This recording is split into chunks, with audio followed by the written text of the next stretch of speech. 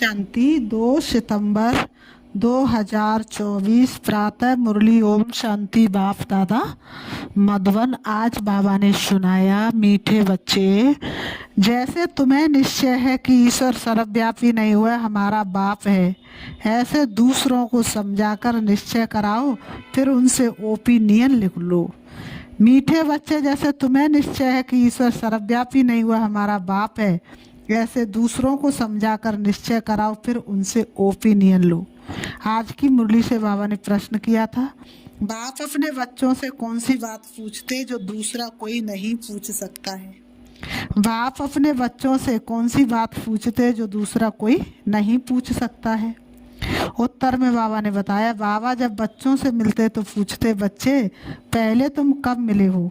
जो बच्चे समझे हुए हैं वह झट कहते हैं, क्या कहते हैं? हाँ बाबा, हम 5000 वर्ष पहले आपसे मिले थे। बच्चे कहते, हाँ बाबा, हम 5000 वर्ष बाद आपसे मिले थे। 5000 वर्ष पहले आपसे मिले थे। जो नहीं समझते वह मूझ जाते हैं। बाबा कहे, ऐसा प्रश्न पूछने का अकल दूसरे किसी को आएगा ही नहीं। नहीं, बाप ही तुम्हें सारे कल्प का राज समझाते हैं। ऐसा प्रश्न पूछने का अकल दूसरे किसी को आएगा भी नहीं। बाप ही तुम्हें सारे कल्प का राज समझाते हैं। ओम शांति। रूहानी बच्चों प्रति रूहानी बेहद का बाप समझाते हैं। यहाँ तुम बाप के सामने बैठे हो, घर से निकलते ही इस विचार से हो कि हम जाते हैं शिव बाबा के पास। आप जब घर से निकलते तो कौन सा विचार बुद्धि में चलता है? हम जाते अपने शिव बाबा के पास। बाबा कहते हैं, जो ब्रह्मा के रथ में आकर हमको स्वर्ग का वर्षा दे रहे हैं। हम स्वर्ग में थे, फिर 84 का चक्र लगाकर अभी नरक में आकर पड़े हैं। और कोई भी सत्संग में किसकी बुद्धि में ये बातें नहीं होंगी। तुम जानते हो हम शिव बाबा के पास जाते हैं, जो बाबा ने कहा, जो इस रथ में आकर पढ़ाते भी हैं, वो हम आत्माओं को साथ ले जाने के लिए आए हैं। जो इस रथ में आकर के पढ़ाते भी हैं और सभी आत्माओं को वापस घर ले जाने के लिए भी आए हैं। बेहद के बाप से जरूर बेहद का वर्षा मिलना है। ये तो बाप ने समझाया है कि मैं, क्या समझाया बाप ने? मैं सर्वव्यापी नहीं हूँ। सर्वव्यापक तो 5 विकार हैं। बाबा कहते, मैं सर्वव्यापी नहीं हूँ, सर्वव्यापक तो 5 विकार हैं। तुम्हारे में भी 5 विकार हैं, इसलिए तुम महान दुखी हुए हो। बाबा कहते, तुम्हारे में भी क्या है? 5 विकार, इसलिए तुम महान दुखी हुए हो। अब ईश्वर सर्वव्यापी नहीं है, भगवान सर्वव्यापी हो नहीं सकता।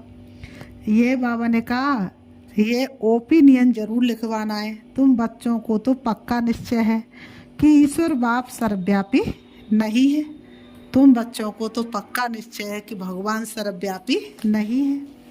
बाप सुप्रीम बाप है, सुप्रीम टीचर है, गुरु भी है, बेहद का सदगति दाता है, वही शांति देने वाला है। और कोई जगह ऐसे ख्याल कोई नहीं करता है कि क्या मिलना है। सिर्फ कनरस रामायण गीता आदि जाकर सुनते। मनुष्यों को तो कनरस है, गीता आदि जाकर के सुनते, बुद्धि में अर्थ कुछ नहीं। आगे हम भी परमात्मा को सर्वव्यापी कहते थे। बाबा ने कहा, अब बाप समझाते हैं। बाबा समझाते, ये तो झूठ है, बड़ी गिलानी की बात है। तो ये ओपिनियन भी बहुत ज़रूरी है। आजकल जिनसे तुम ओपनिंग आदि कराते हो, वह लिखते, ब्रह्मा कुमारियाँ अच्छा काम करती हैं, बहुत अच्छी समझानी देती हैं, ईश्वर को प्राप्त करने का रास्ता बताती हैं। इससे लोगों के दिल पर सिर्फ अच्छा असर पड़ता है। बाकी ये ओपिनियन कोई भी नहीं लिख कर देते कि दुनिया भर में जो मनुष्य कहते ईश्वर सर्वव्यापी है, ये बड़ी भूल है। बाबा ने कहा, ये बात लिख करके कोई नहीं देते। ईश्वर तो बाप टीचर गुरु है। एक तो मुख्य बात है ये, दूसरा फिर ओपिनियन चाहिए। किस समझानी से हम समझते गीता का भगवान श्री कृष्ण नहीं है। भगवान कोई मनुष्य या देवता को नहीं कहा जाता है। भगवान एक है, वह बाप है। उस बाप से ही शांति और सुख का वर्षा मिलता है। ऐसी ऐसी ओपिनियन लेना है। अभी जो तुम ओपिनियन लेते हो वह कोई काम की नहीं लिखते। हाँ, इतना लिखते हैं कि यहाँ शिक्षा बहुत अच्छी देते हैं। बाबा ने कहा इतना लिखते हैं कि यहाँ पर शिक्षा बहुत अच्छी देते हैं, यहाँ पर बहुत अच्छा सिखाया जाता है। बाकी मुख्य बात जिसमें ही तुम्हारी विजय होनी है। बाबा कहते हैं ये वह लिखाओ कि ये ब्रह्मा कुमारियाँ सत्य कहती हैं कि ईश्वर, बाबा ने कहा ये बात मनुष्यों से लिखित में लो कि ये ब्रह्मा कुमारियाँ सत्य कहती हैं कि ईश्वर सर्वव्यापी नहीं है। वह तो बाप है, वही गीता का भगवान है। बाबा ने कहा वही गीता का भगवान है। बाप आकर भक्ति मार्ग से छुड़ाए ज्ञान देते हैं। भक्ति माना अंधकार का मार्ग, तो बाबा क्या करते हैं, अंधकार से छुड़ाए प्रकाश में ले जाते हैं। बाबा कहते हैं ये भी ओपिनियन जरूरी है कि पतित पावनी पानी की गंगा नहीं परंतु एक बाप है। बाबा ने कहा ये ओपिनियन भी जरूरी है। पतित पावनी पानी की गंगा नहीं, पतित पावन तो एक बाप है। बाबा ने कहा ये भी लिखित में लो। बाबा ने कहा है परंतु एक, बाबा ने कहा ऐसी ऐसी ओपिनियन जब लिखे तभी तुम्हारी विजय हो। अभी टाइम पड़ा है। अभी तुम्हारी तो जो सर्विस चलती है, इतना खर्चा होता है, ये तो तुम बच्चे ही एक दो को मदद करते हो, बाहर वाले को तो कुछ पता नहीं है। तुम ही अपने तन मन धन से खर्चा कर अपने लिए राजधानी स्थापन करते हो। जो करेगा वह पाएगा, जो नहीं करते वह पाएंगे भी नहीं। कल्प कल्प तुम ही करते हो, तुम ही निश्चय बुद्धि होते हो। तुम समझते हो कि बाप वो बाप भी है, टीचर भी है, गीता का ज्ञान भी अर्थात रीति सुनाते हैं।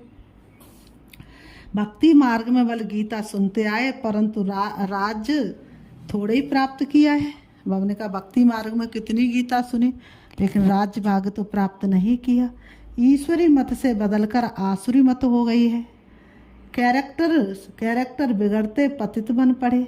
बाबा कहते कुंभ के मेले पर कितने मनुष्य करोड़ों की अंदाज में जाते हैं। जहाँ जहाँ पानी देखते हैं वहाँ जाते हैं, समझते हैं पानी से ही पावन होंगे। अब पानी तो जहाँ तहाँ नदियों में आता रहता है, इनसे कोई पावन बन सकता है क्या? बाबा पूछते हैं पानी से कोई पावन बन सकता है क्या? पानी से अगर कोई पावन बनता तो आज कोई पतित होता ही नहीं। क्या पानी में स्नान करने से हम पतित से पावन बन देवता बन जाएंगे? अभी तुम समझते हो कोई भी पावन बन ना सके, ये है भूल। तो इन तीन बातों पर ओपिनियन लेना चाहिए। अभी सिर्फ कहते संस्था अच्छी है, तो बहुतों के अंदर जो भ्रांतियाँ भरी हुई हैं कि ब्रह्मा कुमारियों में जादू है, भगाती हैं, वह ख्यालात दूर हो जाते हैं। बाबा ने कहा बहुतों में भ्रांतियाँ है ना, ब्रह्मा कुमारियाँ जादू करती हैं, भगाती हैं, तो ये ख्यालात सारे दूर हो जाते हैं क्योंकि आवाज़ तो बहुत फैला हुआ है। बाबा कहते आवाज़ तो बहुत फैला हुआ है ना। विलायत तक ये आवाज़ गया था कि इनको 16,001 रानियाँ चाहिए, उनसे 400 मिल गई हैं। बाबा ने कहा विलायत तक अखबारों द्वारा ये आवाज़ गया था। बाबा कहते हैं क्योंकि उस समय सत्संग में 400 आते थे। बाबा ने कहा शुरू में सत्संग में कितने आते थे? 400 आते थे। तो मनुष्यों ने कैसी अफवाह फैलाई थी। बहुतों ने विरोध किया, पिकेटिक आदि भी करते थे, परंतु बाप के आगे तो कोई की चल ना सके। सर्वशक्तिवान बाप के आगे तो किसी की चल ना सके। सब कहते थे ये जादूगर फिर कहाँ से आया। फिर बंडर देखो, बाबा तो कराची में था, आप ही सारा झुंड आपस में मिलकर भाग आया। कोई को पता नहीं पड़ा कि हमारे घर से कैसे भागे, किसी को भी पता नहीं पड़ा कि हमारे घर से कैसे भाग करके गए। ये भी ख्याल नहीं किया इतने सब कहाँ जाकर रहेंगे। उसको कहते हैं त्याग, उसको कहते हैं तपस्या। आओ तुम्हें बता दे साथी किसे तपस्या कहते हैं, तो इसे तपस्या कहते हैं। फिर फट से बंगला ले लिया, तो जादू की बात हो गई ना। अभी भी कहते रहते हैं ये जादूगरनी है, अभी भी कहते रहते ये ब्रह्मा कुमारियाँ जादूगरनी है। ब्रह्मा कुमारियों के पास जाएंगे तो फिर लौटेंगे नहीं, सभी कहते हैं। नहीं, ये स्त्री पुरुष को भाई बहन बनाती हैं। फिर बाबा ने कहा बनाती हैं, फिर कितने तो आते ही नहीं हैं। बाबा ने कहा इस बात को सुनकर कितने तो आते ही नहीं हैं। अभी तुम्हारी प्रदर्शनी याद देखकर, बाबा ने कहा अभी तुम्हारी प्रदर्शनी याद देखकर वह जो बातें बुद्धि में बैठी हुई हैं, बाबा ने कहा वह दूर होती हैं। बाकी बाबा जो ओपिनियन चाहते हैं वह कोई नहीं लिखते हैं। बाबा को वह ओपिनियन चाहिए, वह लिखें कि गीता का भगवान श्री कृष्ण नहीं है।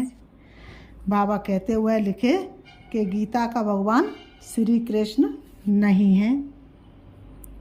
सारी दुनिया समझती है श्री कृष्ण भगवान वाच, परंतु श्री कृष्ण तो पूरे 84 जन्म लेते हैं। श्री बाबा है पुनर्जन्म रहित, तो इसमें बहुतों की ओपिनियन चाहिए। गीता सुनने वाले तो ढेर के ढेर हैं, फिर देखेंगे वह तो अखबार में भी निकल पड़ा है। गीता का भगवान परम पिता परमात्मा शिव है, वही बाप टीचर सर्व का सदगति दाता है। शांति और सुख का वर्षा सिर्फ उनसे मिलता है। बाकी अभी तुम मेहनत करते हो, उद्घाटन कराते हो, सिर्फ मनुष्यों की भ्रांतियाँ दूर होती हैं, समझानी अच्छी मिलती है। बाकी बाबा जैसे कहते हैं वह ओपिनियन लिखे। मुख्य ओपिनियन ये है, बाबा ने कहा मुख्य बात तो ये है ना, बाकी सिर्फ राय देते ये संस्था बहुत अच्छी है।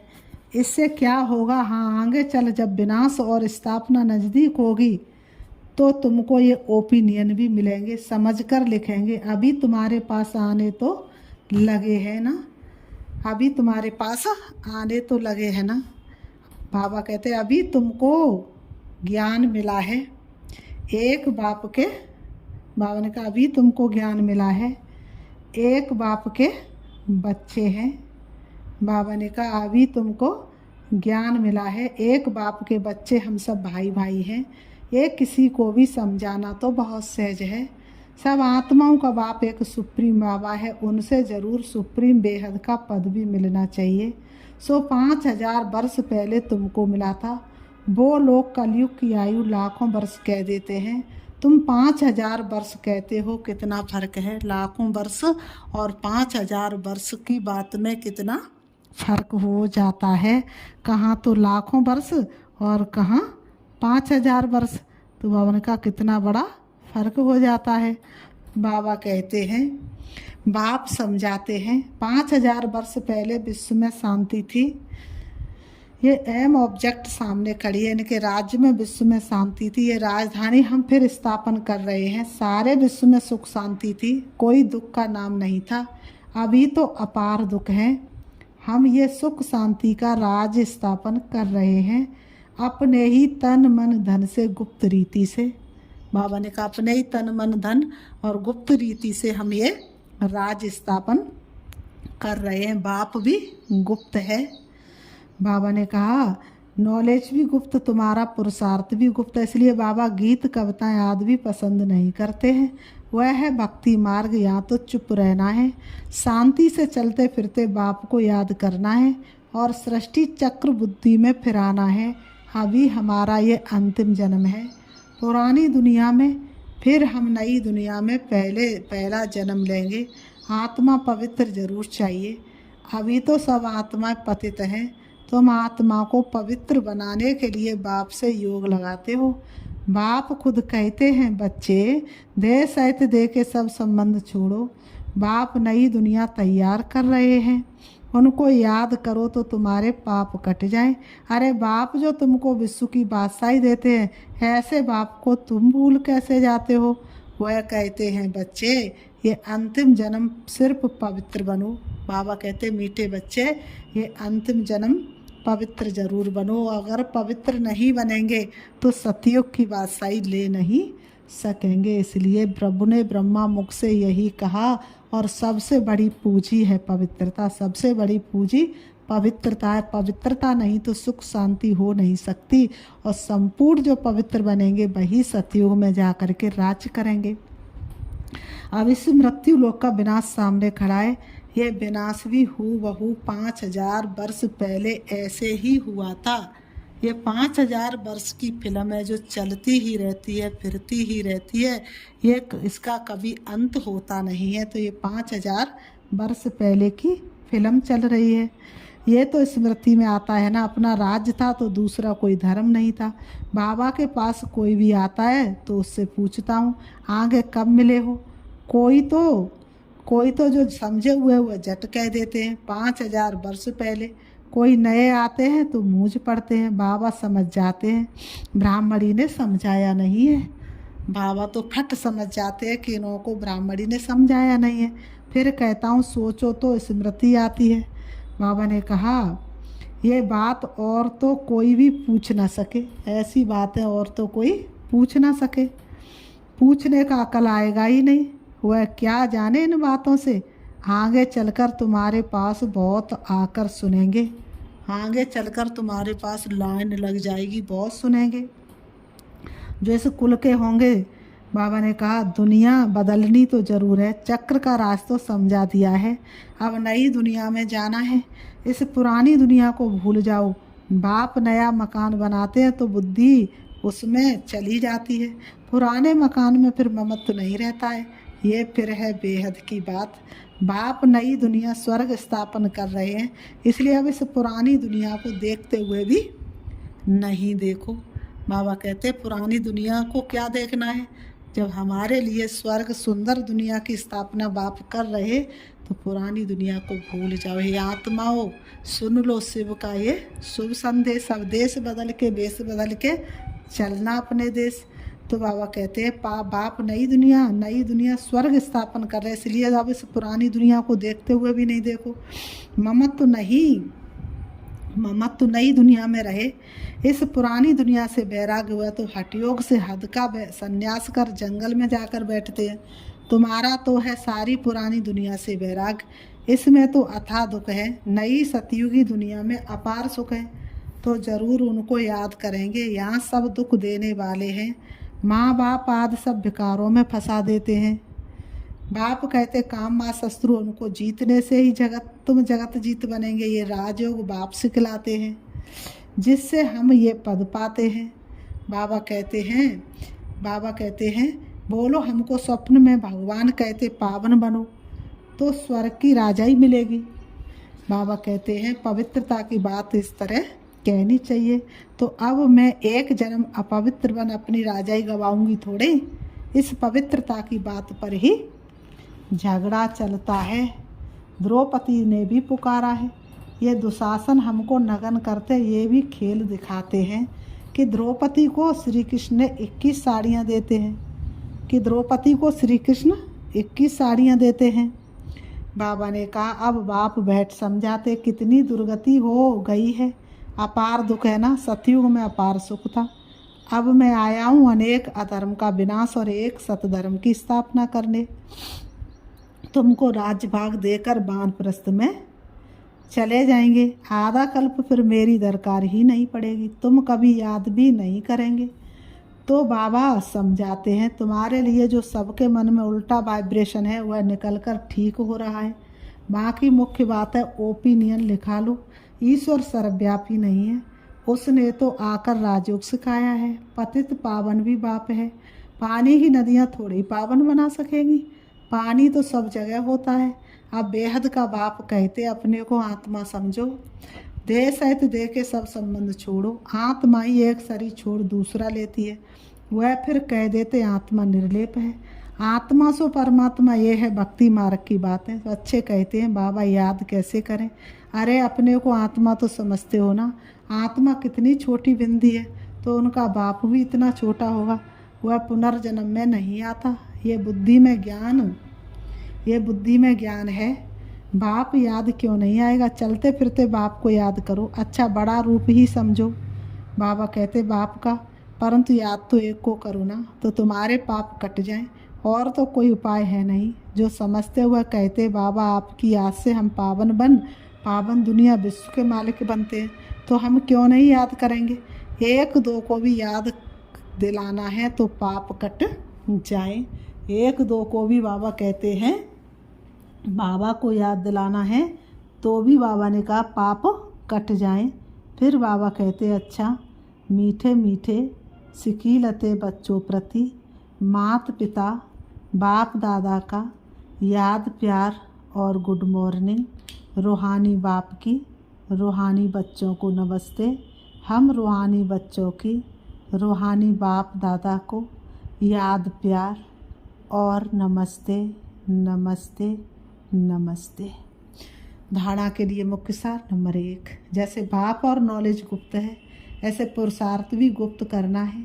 गीत कविताओं आदि के बजाय चुप रहना है।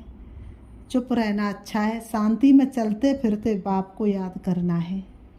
जैसे बाप और नॉलेज गुप्त है, ऐसे पुरुषार्थ भी गुप्त करना है। गीत कविताओं आदि के बजाय चुप रहना अच्छा है। शांति में चलते फिरते बाप को याद करना है।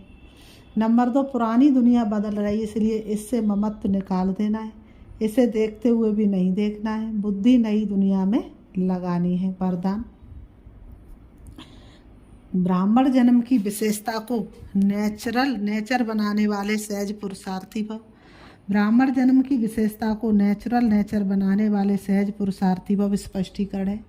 ब्राह्मण जन्म भी विशेष, ब्राह्मण धर्म और कर्म भी विशेष अर्थात सर्वश्रेष्ठ है, क्योंकि ब्राह्मण कर्म में फालो साकार ब्रह्मा बाप को करते हैं, तो ब्राह्मणों की नेचर ही विशेष नेचर है।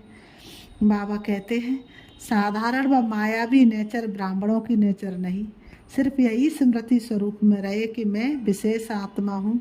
ये नेचर जब नेचुरल हो जाएगी तब बाप समान बनना सहज अनुभव करेंगे। स्मृति स्वरूप से समृद्धि स्वरूप बन जाएंगे, यही सहज पुरुषार्थ है। स्लोगन है आज की मुरली से, पवित्रता और शांति की लाइट चारों ओर फैलाने वाले ही लाइट हाउस है। पवित्रता और शांति की लाइट चारों ओर फैलाने वाले ही लाइट हाउस। अच्छा, ओम शांति। अभी हम बाबा को याद करते हैं, देखेंगे मैं आत्मा पवित्र हूँ। अनादि से लेके अंत तक मुझे आत्मा की पवित्रता की पूजा हुई है। पवित्रता ही सुख शांति का आधार है। जहाँ पवित्रता है वही सुख शांति है। पवित्रता ही सुख शांति की जननी है। मैं आत्मा पवित्र थी और पवित्र होकर ही वापस जाऊंगी। वास्तव में मैं जब आत्मा परम धाम में थी तब भी पवित्र थी, और मैं जब सतयुग नई दुनिया में पाठ बजाने आई तब भी पवित्र थी। संगम पर आकर के भी बाबा ने पवित्रता का पाठ पढ़ाया। मैं ब्राह्मण आत्मा भी पवित्र हूँ। मुझे आत्मा की पवित्रता की शक्ति चारों तरफ के वातावरण को शक्तिशाली बना रही है। मुझे आत्मा के पवित्र वाइब्रेशन चारों तरफ फैल रहे हैं। मुझे आत्मा की पवित्रता की शक्ति सबके पापों को नष्ट कर रही है। मुझे आत्मा की पवित्रता सबके कर्मों की गुहागति को समाप्त कर रही है। मैं पवित्र आत्मा अपने जन्म जन्मांतर के पाप कर्मों से मुक्त हो रही हूँ। पवित्रता मुझे आत्मा की मुख्य शक्ति है। पवित्रता ही मेरे जीवन की पूंजी है। पवित्रता ही मेरे जीवन में सबसे बड़ी धरोहर है। वास्तव में मैं आत्मा पवित्र हूँ। मैं पवित्र हूँ। पवित्र हो करके ही जाऊंगी, पवित्र ही रहूंगी। पवित्र थी, पवित्र